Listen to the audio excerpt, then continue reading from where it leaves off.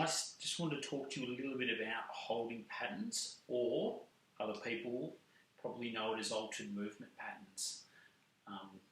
In the next sort of month or two, we're going to be introducing you to a really, really amazing hip technique that I've been working with for quite a while.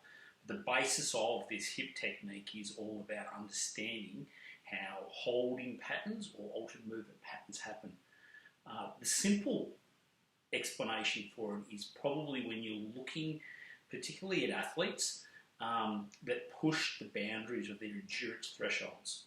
Now when that happens, as all athletes do, because that's part of the training cycle, is to push your body and obviously gain stronger and faster and all those benefits that you get from obviously working at a high performance level, is that when you reach these endurance thresholds, what tends to happen is the prime movers in that movement pattern will start to fatigue, and what we're seeing there is a down regulation, the activity of that muscle. Now what inevitably happens there is another muscle within that movement pattern will then upregulate.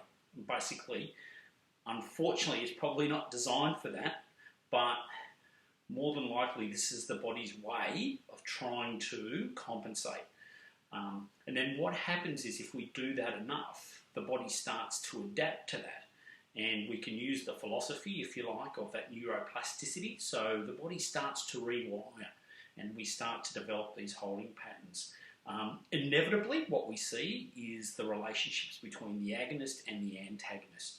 So for me, in terms of obviously looking at the hip, one of the first things that we look at when we're assessing and wanting to treat hip dysfunction, especially from this parameter or paradigm, is looking at hip extension. So the first thing that can start to happen is our iliopsoas, especially this anterior hip portion, will start to become overactive and short. And what that does is it'll inevitably inhibit our glute max, which is our prime moving muscle, obviously extension. So as that, we have less obviously range of movement through that hip extension. It means we're not getting to use all of that glute max, which is the prime mover.